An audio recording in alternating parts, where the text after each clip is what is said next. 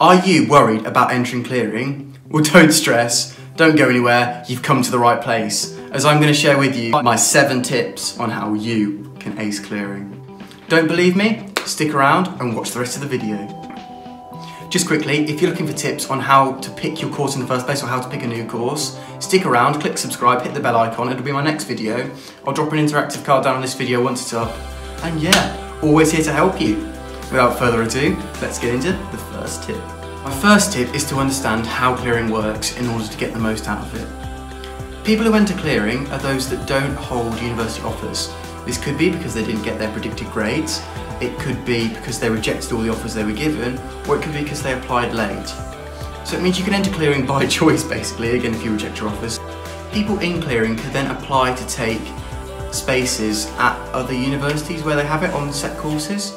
This could be again because people on that course didn't meet the grade, this could be because not enough people applied in the first place for the max capacity, or it could be because people have decided to defer a year. And these spaces, they can be found on a plethora of different apps, or they can be found on the UCAS website. What I recommend doing is going to your avenue of choice, again for me it would be the UCAS site, and going through and looking at all the different offers on there, as that's where the university advertises their places, or the universities should I say. Just scroll through until you find one you like, phone them up if all goes well, hey presto, there's the start of something beautiful. You've found your university place through clearing. Quick side note, if you don't already have a UCAS account, I would very much recommend setting one up. Again, this isn't sort of sponsored anyway, but I mean it's £25 or £26 depending on a multiple account, like being able to apply to multiple different unis, and it will really streamline your whole clearing day process, make it a lot easier and stress-free, and I know it's expensive, but I would definitely say it was worthwhile. But anyway, now you understand the process, let's talk about my second tip for how you can ace clearing. Now on to tip number 2, and that is prepare before the phone call. Now you can email as well as phone, but I would definitely recommend phoning. You get through, you speak to a person quicker and you're more likely to get a response, and you can ask questions, it will just be a lot more fluid. If you're not good on the phone, I've got a tip later for you, but it's one of the later ones, so stick around and try and spot it. But anyway, preparing on the phone. You have 7 hours from when A-level results are first released at 8 o'clock in the morning to 3 in the afternoon, when phone lines open for you to phone up universities to talk about getting a place through clearing. Now, that's a lot of time, so I'd recommend opening your results as early as possible to make that time as great as it can be. And then I almost suggest you use the first hour just to get your emotions out, get that feeling out of your head, get the worry out. It's like it's a high stress day, so like get it all out, come back at 9, have a clear head and a clear focus of where you, or not where you want to go, but the next steps you're going to take to find out where you want to go in clearing. If you've got the grades you want and you still want the offer that the university's put in front of you, then I would suggest take it. Well done, click off the video. I hope the next tale of your journey goes well. But if you don't, stick around and again, I'll help you and we'll get through this together. If you are choosing to go through clearing, what I recommend then is you begin after that hour of mulling over to go through all the degrees at all the different universities that you can find, say, on the UCAS website. Now, please don't just sign up for accounting at Aberystwyth. Now, there's nothing wrong with that, it's just I'm picking on the university that I can think starts first and the degree I can think starts first. I'm probably wrong, but you know what I'm trying to say here. It's a big choice, it's going to be 3 or 4 years of your life, possibly more, so go through and read them all. And what I'd say is come up with a shortlist and then try and narrow that shortlist down and rank them in order so that you have a rough idea of who you're going to call first, because again, these spaces go. And when I say take down details, I mean a few about the course and phone numbers to call, so you're ready for the next couple of steps that I'm going to mention coming up. And the other thing is, don't be afraid to be a little bit cheeky. Universities are again looking to fill their spots, so if you don't quite have the grade requirements for somewhere, just try and apply in. If you don't ask, you don't get. Just try for it. The worst that happens is you get a very soft, gentle no. Nobody's going to be brutal with you. But that's something else you may want to do with your choices. You may want to have some that require higher grades, some that require low grades, and just go through them. And that may be something you want to do with your choices. Have the higher grade requirements, have the low grade requirements, and slowly work through them as the day goes on. But yeah, just go through them, pick up the details, what you'll be studying, and yeah. My next tip about preparing is, please, whatever you do, don't go out the night before results day. You don't want to be hungover making all these decisions. You've got plenty of drinking you can do actually on results day itself or after if you're celebrating, if you want to. But please don't enter clearing with a stinking hangover. You'll only regret it if you need to think. Anyway, moving on to my third tip. The moment has come, you've found your course, it's 3 o'clock, you're ready to make your first phone call, but do you know what you're going to say? Are you prepared? One of the biggest differences I've seen between schools and universities is that schools tend to operate in unison, so they'll all do the same thing. Universities each tend to do their own, so during this lockdown pandemic, no two universities seem to handle it the same way. They've all done roughly the same thing, but put different spins on it. So people you're phoning up might ask for very different things. One might simply be a grades check, another might be a full-blown interview. So there are a few things you can do to prepare for the phone call beforehand once you've found the few courses that you've narrowed your shortlist down to. Some basic things I'd recommend having on hand just in case they ask you are your GCSE results, your A-level results, your UCAS number, which should appear at the top of UCAS track once you've entered clearing. Side note again, if you were planning to reject your offers, you won't get that number until all of your previous offers have been rejected. Because if you hold an offer, then you can't go through clearing.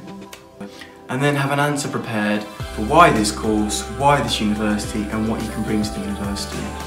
Now, if you're having a complete change of mind, saying you're going from one of the arts to a science or the other way around or anything like that, don't worry that you don't have any previous experience. Just show some enthusiasm, and they're also looking for transferable skills. So again, your communication, your listening, your leadership, things like that. So don't worry, don't be like, oh, I'm not qualified to do this. Again, if you try and you fail, there's no harm in failing, nothing's at stake, it's just a gentle no. And for all that upside. Now you know what they could ask you, time to get ready to fire things back at them with tip number 4 about how you can ace clearing. So tip number 4 is understanding that the whole clearing day process is a two-way thing. You have to find the right university for you. You're going to live there for 3, 4, possibly more years. You need to find out that the course is going to be interesting that you study, and you've got to find out that the place is actually somewhere you'd want to live. Now, some of these questions you can ask when you're on the phone. So you can ask about, do they provide accommodation? If they don't, do they know anything about student house sharing? See if you could meet people that way. You might not know anybody else at the university or where you're going to live. And you can always jump on the internet. There's a wide range of sites that discuss nightlife in different places, food, culture, if there's any hobbies you have, if they could be continued in that area. And just find out if it looks like the sort of place you'd like to live. In an ideal world, you could go and do a viewing of both the university and the city or town. But I understand that if you live in Cornwall and you're looking at St Andrews, then that might not be all that feasible. Obviously, this isn't foolproof, just to check it out and see what you can find on the internet, but I mean, it's better than nothing, right? It's just being a little bit more prepared. That was a quick tip, so on to tip number 5. And that is, speak to somebody else with some experience. So once you've got this list down, speak to other people that may have gone to that uni. You may know them through family, friends, you may know them through school, you may know of them through somebody else. Don't be afraid to message people. Like, people understand it's very daunting, like it's a big commitment. It might be, again, so at school, it might be through an advisor. I don't know, some schools have career advisors, some don't. Because right now, when I say school, I mean sixth form college, the whole kit caboodle is called school. It's just me. Just anything you know to build up as big of a bank of information as possible. I'm just some guy on the internet, I don't know you. Everybody's different, you might have different tastes to me. Reading might not suit you, Reading really suits me. It's just, yeah, trying to get as many different views on the matter as possible. The 6th tip is that once you're on the phone and you have the offer and you think you're all set to go, make sure you get down the person's name of who's given you the offer and you ask them what are the next steps to take. Just because they've said you have a place on the phone or you could have a place doesn't mean it's actually confirmed. You need to go back over to UCAS track and you need to work through it. And you need to ask them if there's any other details you know and what's the next step to take. They'll know it a lot better than I do, so again, don't take that from me. So to summarise, just ask for the name and ask what the next step is, as it's not an automatic thing, you have to go back and do it manually. What a long-winded way to say that, eh? Anyway, on to the last tip, tip number 7, the one you've been waiting for. And that is just to calm everything down. I understand that the whole day is very nerve-wracking and it might be more stress than you've ever been put under before. But the people you're speaking to understand that. They understand how nervous you might be and what a big decision it is and how early in your career it is to make a decision like that. They understand they're there for you and they're there to help. People are kind, people are understanding. It's underrated that people think people are just going to be horrible to them. They're not. They're there to help you and they're there to guide you. So if you do have any questions, don't think they're silly or whatever, just ask them. If you feel like you might get flustered on the phone, I'd recommend writing down what we've talked through and planned. Questions to ask, exactly how you're going to respond to things. It just helps you guide through and see that you haven't missed anything out. I understand that last part was a lot easier to say than do, but it's just start with the right mindset and hopefully you'll get there eventually. 80-20 rule, right? 20% right, 80% wrong, something like that. But anyway, that concludes the video. So thank you very much for your time and have a wonderful rest of your day. Good luck with clearing.